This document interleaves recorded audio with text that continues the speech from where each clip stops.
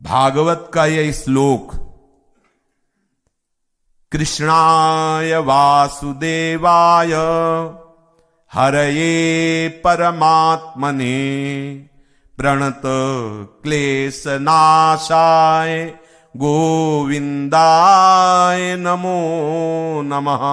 इसका जप और इसका कीर्तन भयंकर से भयंकर रोग विपत्ति संकट का नाश करने में सर्वसमर्थ है। बिल्कुल बिल्कुल कोई संशय नहीं। श्रीमद् भागवत में स्पष्ट है ये श्लोक। जी हैं, राष्ट्रीय स्वयंसेवक के अभी संघ प्रमुख हैं महाराज जी। इधर इधर आप एक आसन जिस पे विचार आप ये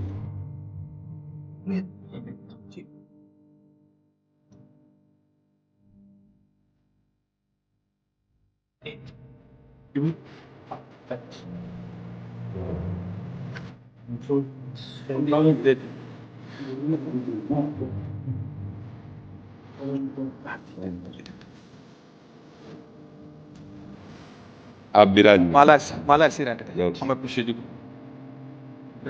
हाँ, और किसी को कुर्सी की आवश्यकता हो तो मंगा लेंगे, अगर जमीन में बैठ मेरा भी क्यों रुचि लग रहा है जी महाराज जी, बस दर्शन करने थे। आपकी बात वीडियो पर सुनी, होगा एक बार देख लेना चाहिए। चाह मिटी चिंता गई ना देती वाह, ऐसे लोग कम देखे। वो अपने लोगों का जन्म जो भगवान ने दिया है ना, ये सिर्फ सेवा के लिए, व्यवहारिकी सेवा और आध्यात्मिक सेवा, ये दोनों सेवाएं अति अनिवार्य। केवल व्यवहारिकी सेवा ही होती रहे, हम अपने भारतवासियों को अगर हम परम सुखी करना चाहते हैं तो केवल वस्तु और व्यवस्था से नहीं कर सकते, उनका बौद्धिक स्तर सुधरना चाहिए। आज हमारे समाज का बौद्धिक स्तर गिरता चला जा रहा है, बहुत चिंता का विषय। हम सुविधाएं दे देंगे, हम विविध प्रकार की भोग सामग्रियां दे देंगे, लेकिन उनके हृदय की जो मलिनता है, जो हिंसात्मक वृत्ति है, जो अपवित्र बुद्धि है, ये जब तक ठीक नहीं होगी तब तक हमारा देश धार्मिक देश है, हमारे यहाँ धर्म की प्रधानता है।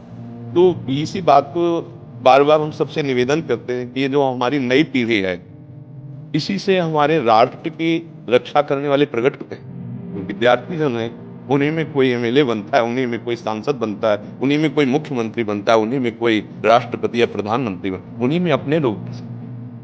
अब हमारी शिक्षा केवल आधुनिकता का स्वरूप लेती जाए और व्यभिचार प्रवृत्ति, व्यसन प्रवृत्ति, हिंसा प्रवृत्ति, ये नई पीढ़ी में देखकर बहुत असंतोष हृदय मिलता है। इसीलिए कितनी भी शरीर में पीड़ा हो, हम प्रयास करते हैं जितने से जितने सामने हमारे भगवत स्वरूप जन आते हैं, पहले बुद्धि शुद्ध होनी चाहिए। मयि एव मन आदत्स्व मयि बुद्धि निवेश है, तो निवशिष्यति मयि एव अत ऊर्ध्वम संशया, वो मेरे में ही निवास करेगा, अर्थात भगवदानंद। अविनाशी जीव कभी भोग विलास में तृप्त हो ही नहीं सकता। हम अगर अपने राष्ट्र की विशेष सेवा, तो हमारे धर्म का परिचय, जैसा आप जन करते हैं, धर्म का हमारा क्या स्वरूप है, हमारे जीवन का लक्ष्य क्या है। हमें जितना राम जी प्रिय है, कृष्ण जी प्रिय है, उतने भारत देश हमारे लिए प्रिय है। जैसे राम भक्त कृष्ण भक्त, वैसे हमारे भारत देश का हर जन जन हमारा आदरणीय और पूजनीय। पर अब जो मानसिकताएं बन रही है, वो हमारे धर्म और हमारे देश के लिए लाभदायक। व्यसन का इतना बढ़ता स्वरूप, व्यभिचार का इतना बढ़ता स्वरूप, हिंसा का इतना बढ़ता स्वरूप, ये बहुत ही विपत्तिजनक है। अगर ये बढ़ता रहा तो हम विविध प्रकार की सुख सुविधाएं देने पर भी अपने देशवासियों को सुखी नहीं कर पाएंगे, क्योंकि सुख का स्वरूप विचार से होता है। सुख और दुख की स्थिति सत्य नहीं है, आगमा पाइनो अनित्यास, लेकिन हमारा विचार, और विचार हमारा गंदा हो रहा है। बस हमारा उद्देश्य यही है कि हमारे देशवासियों का विचार शुद्ध है। अगर विचार शुद्ध है तो राष्ट्र प्रियता, जन सेवा, समाज सेवा, ये सब स्वाभाविक होने लगेगा। और विचार अशुद्ध है तो सुविधाएं बहुत है, उनका दुरुपयोग हो रहा है। तो बस आप सबसे बड़े बड़े जो देशजन हैं, जो बड़े बड़े धर्म की रक्षा के लिए भगवान ने जिनको भेजा है, उन सबसे यही प्रार्थना है कि सब व्यवस्था करते हुए हमारे देशवासियों की बुद्धि अध्यात्म को समझे। बिना अध्यात्म को समझे दुख सुख की समानता बिना किए परम सुख का अनुभव हो। इस मायाकृत भोग पदार्थों को भगवान ने दुख योनया कहा। मानो एक बोर्ड लगा दिया, दुखालयम अथाकृतम, और हम सब यही चाहते हैं कि लौकिक भोगों को भोगने से ही हमारा राष्ट्र सुखी हो जाएगा या हम सुखी हो जाएंगे। नहीं, लौकिक भोगों को पूजन सामग्री बना करके और साध्य सच्चिदानंद प्रभु पर रखा जाए तो आनंद की उमंग हो। बहुत सुंदर मानव जीवन का स्वरूप है, इसे देव दुर्लभ कहा गया। दुर्लभो मानुषो देवो, लेकिन क्या दुर्लभता शब्द स्पर्श रूप रस गंध इन्हीं विषय के भोगने की या इन्हीं सुविधाओं के लिए दुर्लभ कहा गया? दुर्लभ है किसी सच्चिदानंद सुख के लिए, और उस सुख को तो हम भूले हुए एकदम बहते हुए शब्द स्पर्श रूप रस गंध के प्रवाह में चले जा रहे हैं और इसी को सौभाग्य समझ रहे हैं कि हमें सुख प्राप्त हो रहा है। नहीं, हम सबसे प्रार्थना करते हैं कि आप अपने धर्म को समझिए। आप अपने स्वा को जहां जहां स्थापित करते चले जा रहे हैं, आप उसे गंदा करते चले जा रहे हैं। मदिरा में, हिंसा में, युद्ध की राह में, व्यभिचार में, इसे दोष नहीं समझा जा रहा है और हमारे शास्त्र, हमारा धर्म इसको निषेध करता है। कलयुग की स्थिति बताई गई, छोटे छोटे बच्चे विषद करने में लग गए। आज स्कूली विद्यार्थी जिनको ब्रह्मचर्य से पुष्ट होना चाहिए, वो ब्रह्मचर्य नष्ट कर रहे हैं। ये बड़ा चिंता का विषय है। हमारे देश के लिए जो जवान चाहिए, हमारे देश के लिए जो भक्ति चाहिए, उसमें बुद्धि और शरीर बल दोनों होना चाहिए। शरीर बल क्षीण हो रहा है क्योंकि व्यभिचार प्रवृत्ति में बहुत कमजोर अवस्था में, जैसे गेहूं की फसल है और गलेथ में काट ली जाए तो ना दाना मिलेगा ना सही भूस मिलेगा, ऐसे ही 20 वर्ष की अवस्था तक ब्रह्मचर्य नष्ट कर दिया जाए तो वो गृहस्थ के योग्य में नहीं रह सकता। राष्ट्र सेवा की क्या बात है? हमारे राष्ट्र सेवा के लिए बहुत विशाल हृदय की आवश्यकता है, हमारे शरीर को बहुत स्वस्थ रखने की आवश्यकता है। तभी हम समाज सेवा, राष्ट्र सेवा, तो शरीर और बुद्धि दोनों का स्वस्थ होना बहुत आवश्यक है। उस शरीर को तो नष्ट किया जा रहा है विषय भोगों में। लोग समझने लगे कि मांस खाने से हमारा स्वास्थ्य अच्छा रहेगा, हम बलवान बनेंगे। अध्यात्म बल नहीं तो तेरे शरीर की चर्बी बढ़ा ले, लेकिन तू न काम पर विजय प्राप्त कर सकता, न क्रोध पर, न लोभ पर, न मोह पर, न हिंसा पर। फिर क्या जीवन।